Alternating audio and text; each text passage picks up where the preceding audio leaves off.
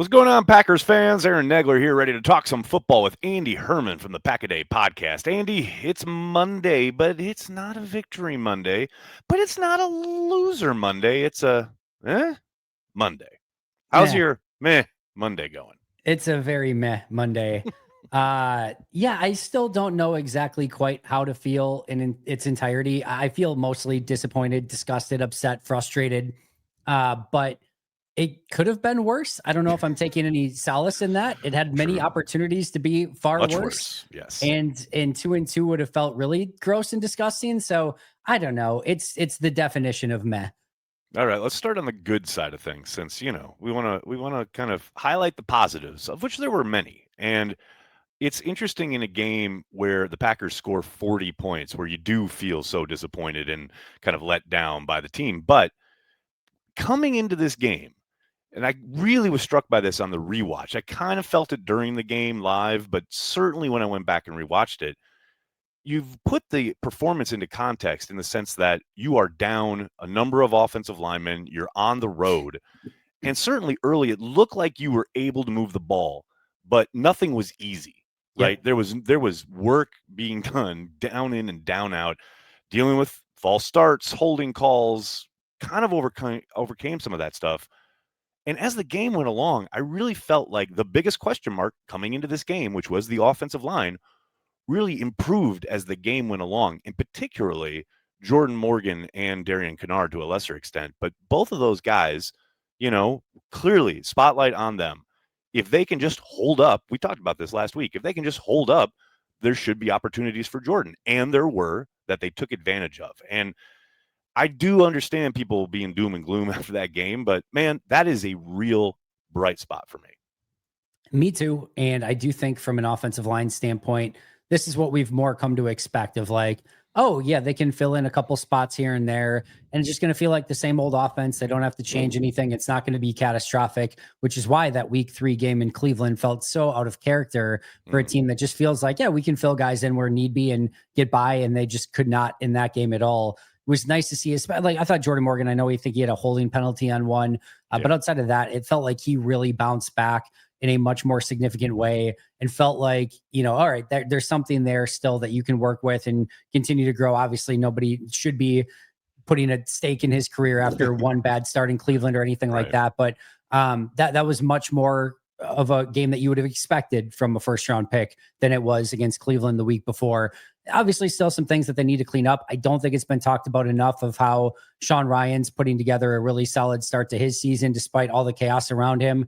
And then to your point, to Darian Kinnard, I thought filled in more than admirably in this game, held his own and made it so that Jordan had the time. And to me, the other key takeaway, and I'd be curious your thoughts on this as well, I'm always looking for things that they can utilize once they get to the key moments, right? There's those catastrophic issues that we've talked about and we'll talk about more that if they don't fix, they're going to be issues. But you also have to show from time to time that when you're put in really disadvantageous situations or just in challenging situations that you can overcome.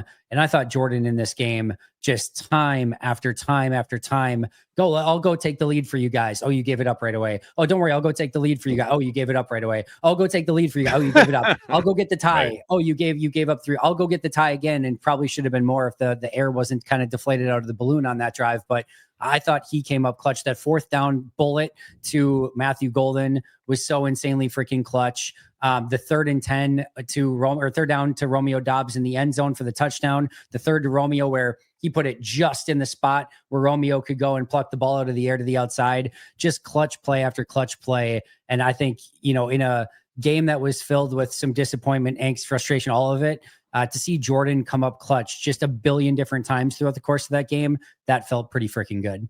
It absolutely did. He performed extremely well, again, in a really tough environment, tough situation, and to your point, kept delivering over and over again. And it didn't really matter what the defense did. That's what was so interesting is that, whatever approach they took, whether they blitzed, whether they played coverage, whether they tried to 3-man rush it, like he always seemed to be in control, know exactly where he wanted to go or needed to go with the ball. And it never seemed to overtake him in any real way, even with some, like I said, like it wasn't spotless up front to start this game. Like there were still hurries and issues in protection at times and, getting behind the sticks because of penalties. But man, the way he was able to, again, know where the ball was supposed to go, and the way he kept making plays with his legs, where, Yes. you know, and not just to, okay, I'm getting outside the pocket and I'm looking to run or I'm looking to throw, but it's whatever's available to me. I'm not going to force the issue. There was never a moment where I thought, oh boy, he got away with one there. You know, he Yep. seemed to make the right decision down in and down out. And man, I'm telling you, after you look at, I would say, pull back and look at the 4 games he's put together so far this season, man, it's so exciting to think about where he, just as a quarterback, can go for the remainder of 2025, especially once they get healthy up front. Man, I'm telling you, they could really start cooking, especially if Josh Jacobs gets going the way we saw there towards kind of the end of the game, down the stretch. It was, again, slow going to start, but man, the offensive lines, again, seemed to put it together up front when it came to rushing the football. There were some kind of avenues for Josh finally. And some of the jump cuts that he made, some of the stick his foot in the ground and get upfield, man, that was finally, I think, the offense that we have been kind of waiting for all season long. Yeah, I think so too. And just to go back to Jordan for just a moment, not to stay on the point here, but yes, I think there is still more for Jordan and this offense out there, especially as the offensive line does become healthy. Aaron, I know you know this. I'm not talking to you. I'm not necessarily talking to anyone in particular. We are so insanely spoiled. This is a quarterback right now that is completing overall 69.4% of his passes, basically 70% of his passes for 1,000 yards, 8 touchdowns, 1 interception, a 113 passer rating. If you want to go through the PFF stuff, he's the 5th highest graded quarterback by PFF's metrics.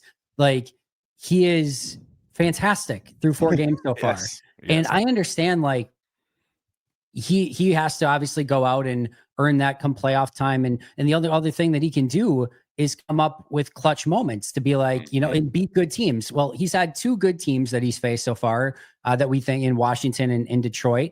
And they won both of those games with him quarterbacking really good performances in both of those. Yes, the interception in week 3 immediately leads them down the field for what would have and should have been a clutch game-winning field goal. And then this week again, like literally like 1,000 game-winning drives. Like, you just put them all in the second half. He had 3, I think, touchdown drives in the second half, and then the 2 field goal drives when they had to have them. He's playing fantastic. And again, whatever we want to measure him against, I understand it. I get it. It's going to come with the territory. But my goodness, like, he is playing really good football. And the thing that's, frustrating at times is you could see everyone waiting for that like mistake at the end. For Jordan's going to make that mistake just to hop on it and be like, see, he's just going to make that mistake in the big moments. You can't trust him. You can't do whatever. It's like, he's playing fantastic, and let's at least appreciate that. Even if it was a bad, this is 4 games this season. He's played really good football. I totally agree. But you did mention there kind of the air going out of the balloon at the end of the overtime period. And you juxtapose that with the approach there at the end of the first half, which to my eyes and the way I look at it is really where the game swung, and or I'm not going to say it was lost there, but certainly the approach at the end of the first half really cost them. And LaFleur said as much in his post-game presser. And it's such a fine line, because you and I talked about this after the Cleveland game, like people grousing about Matt LaFleur not being aggressive enough. Well, he was certainly aggressive at the end of the first half, and it did come back to bite him.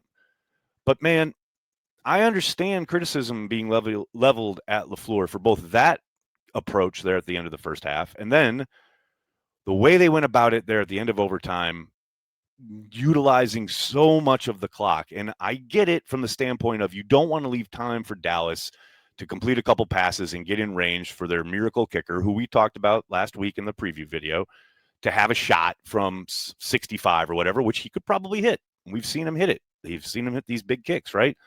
But I do think that almost paralyzed them a little bit. And I also am bewildered at LaFleur talking about, I don't know why there wasn't a sense of urgency and why they didn't realize it was 2-minute drill or whatever. Man, you've been out there in the summer. You've been out there when they do situational stuff. How is that not drilled into each and every one of these guys?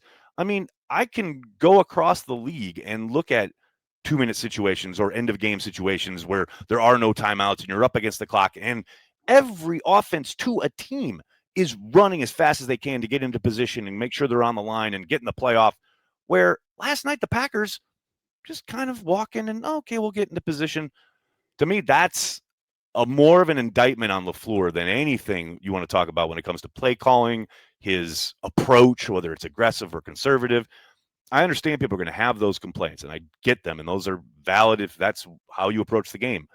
But to me, there is zero excuse for this incredibly obvious situational malpractice. That's where I'm not going to say it's a warning sign or a red flag or whatever, but man, that is really disappointing. This actually works really well. We just got the talking points from Matt for this week. So the play calling was good.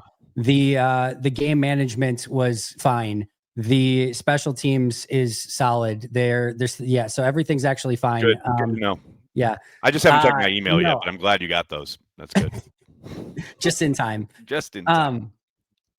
I thought a couple things. I thought the lack of urgency at the end, and to me, the players do own some of that as well. Like from Tucker Kraft, like just walking back to the line of scrimmage, bizarre, to Jordan seeming a little bit not completely aware of like exactly what the next iteration of whatever should happen there.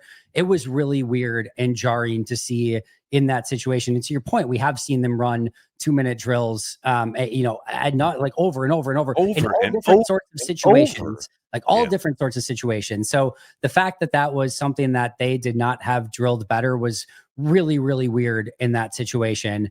I think Matt got both of these decisions. This is where I think we can't just paint with broad strokes of like, he needs to be more aggressive, right, or he needs to be more conservative. No, you have to coach the moment that you're in. I thought he got both of these wrong. There's 21 seconds left at the end of the first half, and you just had a false start penalty to go 1st and 15 with the ball in your own 26-yard line. You have no timeouts left. What are we doing? No timeouts left, and you're up by 4. Like the amount of good things that are going to happen. And I joke about this, but I say it half seriously, is even if you get in field goal range for like a 50-yard field goal, I don't feel great about that operation anyway, that they're not the team that's going to end up with the points on the other side anyway. So like, even if you get the 35-yard completion and a spike and have the time to kick it, even then in that crazy situation, I don't even know that I feel great about it in the first place. But that's just a over aggressive, dumb decision in that situation, in my opinion. That's not the benefit of hindsight. I could even see before the 5-yard penalty of like, all right, maybe we try one completion short, still got a chance, whatever. But like, it's already clearly going backwards. Let's not complicate this. And that was a fatal error. And then at the end, I understand the logic of like, we cannot give Dallas the ball back here. Like, no matter what, if we have to settle for a field goal, that's fine. We'll take the tie. The one thing we cannot do is let them have any time, because Brandon Aubrey will kick a 1,000-yard field goal and he's going to make it. I understand the overall thinking in that situation. I hate it. You have the ball. It's first go win down the game. I mean, that's the other thing, right? Line, with 1:53 left, your defense, your offense is carving through their defense. Touchdown, touchdown, touchdown, field goal, and now you're carving them right down again. They're gassed. They don't know how to stop you. Stop worrying about what ifs and what could happen next, and go win the damn football game right then and there. And I thought he got both of those aggressive, non-aggressive decisions completely wrong. And it's upsetting because it's not the first time this kind of thing has happened. And it is weird for a guy who, if you look back at 2020, that kind of runs they've had to the NFC Championship game under Matt, he was a pretty consistent decision maker when it came to, okay, I know when to press the gas a little bit, and I know when to kind of maybe leave off a little bit. It just feels so different these last couple of years and it's not even a thing I can point to metrics on, it's just like a total feel thing where it feels like it's a gut decision each and every time for LaFleur. That doesn't, I can't find a rhythm or a reason or a commonality between the decisions. It's just kind of just him in the moment, rather than, okay, we've gone through this a million times. We know exactly what we want to do. And that's frustrating, but you also hinted on something there, or pointed out something that is 1,000,000,000% true. it's also incumbent on the players to know what the hell the situation is. You are professional athletes, man. Yep. That is your literal job to understand situational ball and the fact that you do need to act with urgency because you don't have any timeouts. You talk about Jordan Love. I thought the one unfortunate decision he made was in that sequence where he makes that check down to Wilson. Just throw it over his head and throw it out of bounds, man. Like, it stops the clock. You've still got the ability to go attack the end zone a couple of times, probably. But instead, you've got that completion, clock is running, and that's where I think it really fell apart. That was unfortunate. I do too. I have to go back and look at that to see if there was like any remote chance of anything there. And I get like Emmanuel was running hard. He already made a couple people miss on very similar plays earlier. Like it's hard in that moment to be like, I'm just like, there's a check down there. Right? And then my guy can pick up, maybe he picks up some yards. Maybe he makes a play. Let me give him that opportunity. But yes, 1,000,000%. And I'm sure if he could have it back, understanding the situation and scenario, he probably chucks it at his feet or throws it over his head or whatever. And that's something he did repeatedly in this game. Yes. Where he saw they're trying to set up a screen or they're trying to set up something underneath, and he knows it's a dead play immediately and just dirts it.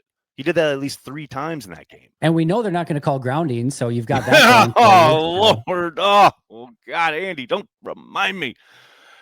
Well, let's do it. Let's flip it over and look at the defensive side of the ball. That was one of the rare moments where they actually looked like they'd actually made a play until Ron Torbert, stuck his head up his ass. But it's so funny watching kind of the meltdown online about the defense, which, look, you give up 40 points against an offense that has been, sporadic, let's say that, throughout the first 3 weeks of the season. I understand the consternation and I understand the hand-wringing, but, man, at some point you do have to tip your cap, because I thought Brian Schottenheimer had a phenomenal plan, and I thought Dak Prescott played out of his mind. And the idea of getting the ball out of his hand as quickly as possible, as often as possible, was certainly advantageous for the Cowboys, because they repeatedly just got the ball out of Dak's hands just as Micah's winning or somebody else is collapsing the pocket. They did a great job of executing what was clearly the game plan heading in against Green Bay. Yeah, one of the things I talked about pregame was don't let Dak get into a rhythm, because he's got a little bit of that like Steph Curry where he sees something go through the hoop and he can just catch fire, and you do not want him to catch fire, because if he does, he's probably not slowing down. And he felt a level of comfort and knew exactly where to go with the ball. I talked about it in one of my key takeaways from yesterday is like, sometimes it sucks, and we're here for the Packers. We're here to talk about what went right, what went wrong. But every once in a while, you just have to tip your cap too and say, that dude was on one, and he was absolutely on one. I talked to Mike Wall today, and the first thing, I'm like, what went wrong with the defense? And the very first thing he brings up, well, Dak was freaking unbelievable. Like that's like, that's a piece of it. And sometimes you run into a player that's just feeling it on any given day. George Pickens had a great day. Now, are there things that I think Green Bay could have done better? Absolutely, no question. It felt like that. Just as like kind of like with LaFleur, it felt like anytime he wanted to be aggressive, it backfired. He should have been conservative. Every time they should have been conservative, it felt like they should have been aggressive and so on. In this one, it felt like the marriage between the coverage and the pressure just never felt quite there. Like every time they got pressure, it felt like they were playing off, and Dak had a release where he could get it outside and there was somebody available for an easy completion. And it felt like every time they were playing tight and playing really aggressive on the back end, it felt like the pressure couldn't get home. And it just, again, one of those days, I guess, but it definitely felt a degree of different. And then I think Dallas had a great game plan too, not only just getting the ball out of his hands, but really, really staying out of those 3rd and long situations, the obvious passing downs as much as possible, and making it so that they had those release valves available. It was a great game plan by Schottenheimer. It was extremely, extremely well executed by a quarterback who was playing out of his mind in that game. And sometimes you do, as sucky as it is, you just have to tip your cap to the player that's playing on the other side, that's playing incredible football. You did note there the Cowboys staying ahead of the sticks, and a large part of that was the plan. But another component there was some really abysmal tackling from the Green Bay Packers defense. I mean, there were multiple occasions where he does get the ball out of his hand and there's something in the flat or something short that should be limited to a 2, 3, maybe 4-yard gain that then ruptures into a 5, 6, 8-yard gain. And instead of living in 2nd and 7, they're living in 2nd and 3 or 3rd and 1. And that's where they wanted to be. It was so frustrating to see. And it didn't matter who we're talking about. Like, Edgerrin Cooper missed 100 tackles. Okay, maybe I might have inflated that a little bit, but it felt like 100, right? Xavier McKinney missed tackles. The line, Quay Walker, who played a good game, he missed tackles. Defensive tackles, who guys in the hole, they missed tackles. Everybody seemed to take turns missing tackles in this game. And as you just said, easily the most kind of blatantly bad tackling we have seen from this defense in 2025. It certainly was. And it changes the calculus on everything. Because to your point, if you're in those second and third and longs, you're in your advantage. It's your situation. You get to dictate. And when they're in second and three, third and ones, they get to dictate to you. And it changes everything. And, one of the things that we talked about after the first 2 weeks was, all right, you played with great energy at home in big games on defense. Everyone's rallying to the football. That level of intensity you could feel it in the entire stadium. Can you do that in a noon game against the Browns? Can you do? And to be fair, they pretty much did. They played a great game defensively against them. But can you match that week in and week out? And it hasn't felt quite the same these past 2 weeks. And the other thing I'll just add on top of that too is even when the defense was playing good over the first few weeks of the season, we haven't seen the turnovers. And that is a part of me is excited about that because I know they're going to come at some point, and I'd rather have them come, December, January, February than right now. So right. I'm okay with that. And I feel like once those start coming, you're going to start seeing this team take off at a different level because we know how important winning the turnover battle is. And you can set this offense up in advantageous positions and less pressure on the defense to have to do it down in and down out. Those things are going to help a ton. But if you're losing the turnover battle, we know how catastrophic that can be.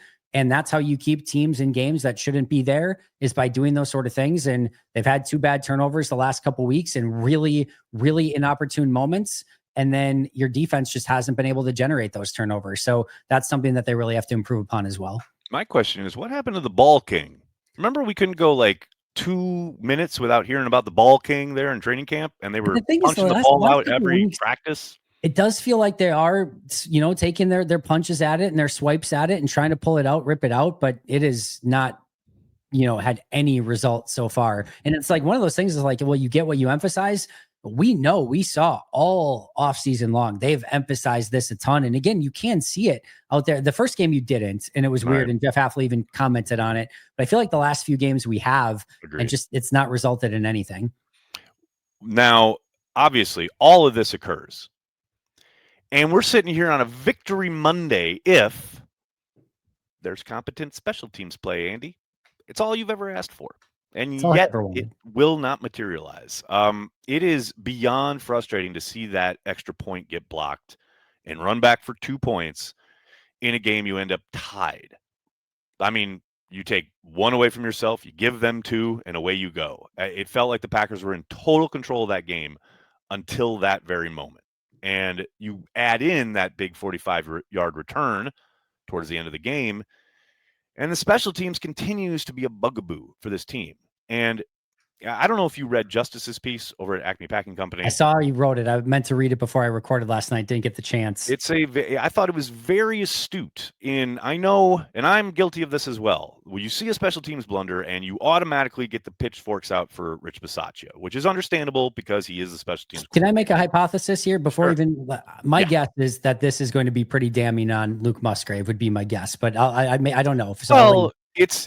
Musgrave is the clear culprit on that block, no question about it. But what's interesting is that he's not out there after that block. No. And Justice's kind of point here, and I think he's spot on, is this is a Matt LaFleur thing because it does go back to who are you using on special teams? Okay. Who are you as the head coach allowing to be utilized on special teams?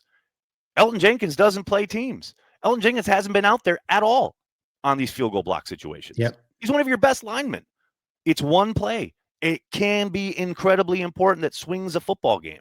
Yet you're using backup tight ends and, defensive linemen who really don't block for a living and things of this nature where you got to use your frontline guys. And that is what they did after the block last night. So Bisaccia, he's going to be the whipping boy and he's going to be kind of, taking the brunt of this publicly. But I thought Justice was spot on. This, I would suspect, goes back to LaFleur, who did indicate, we did all this stuff during the week. It's really frustrating that it didn't materialize. I got to think that's going to be the conversation over the bye week. We've got to allow our best players to be out there because that's how important these plays are and how wildly the game can swing on some of these decisions. And what's really weird too is it feels like there's a not desire, but there's a willingness to play like Xavier McKinney on kick coverage. And there's certain players who are on certain special teams where like, wow, let's, and I mean, Matthew Golden's returning punts, Romeo Dobbs in this game ends up returning punts, right? So there's certain situations where it's like, yep, we're willing to put these guys in these situations. And then on field goal block or field goal protect, you don't have Elton Jenkins and you don't have some of your bigger guys out there, which is just kind of like field goal protect 101 in some of those situations. I would think so. And to be clear, like Musgrave, not known for his blocking. Yeah. Like that's not exactly his forte. And it's just a terrible decision. I mean, it's hell, you're taught that in Pop Warner. You want the guy who's the clearest threat, and you always work inside out in protection. Like this is football 101. And he fans out and just allows that alley to form. That is mind-blowing to me. My guess, and again, I don't have anything here, is like after seeing the guy get around the edge last week, there's a little bit of emphasis of like we got to make sure that this guy we get a hand, just a small hand on this guy. So he's now over like emphasizing like I got to make sure I get a hand on this guy. And then as you're looking out there, you're like you have that oh crap moment where it's like oh the guy just came untouched right inside. But it's a comedy of error. You just cannot have the catastrophic error from a week ago become the same exact catastrophic error a week later that costs you dearly. It swings the whole game. Swings the whole game. No question about it. But the good news, Andy, is that they got 2 weeks to figure it out. They got a bye week coming up.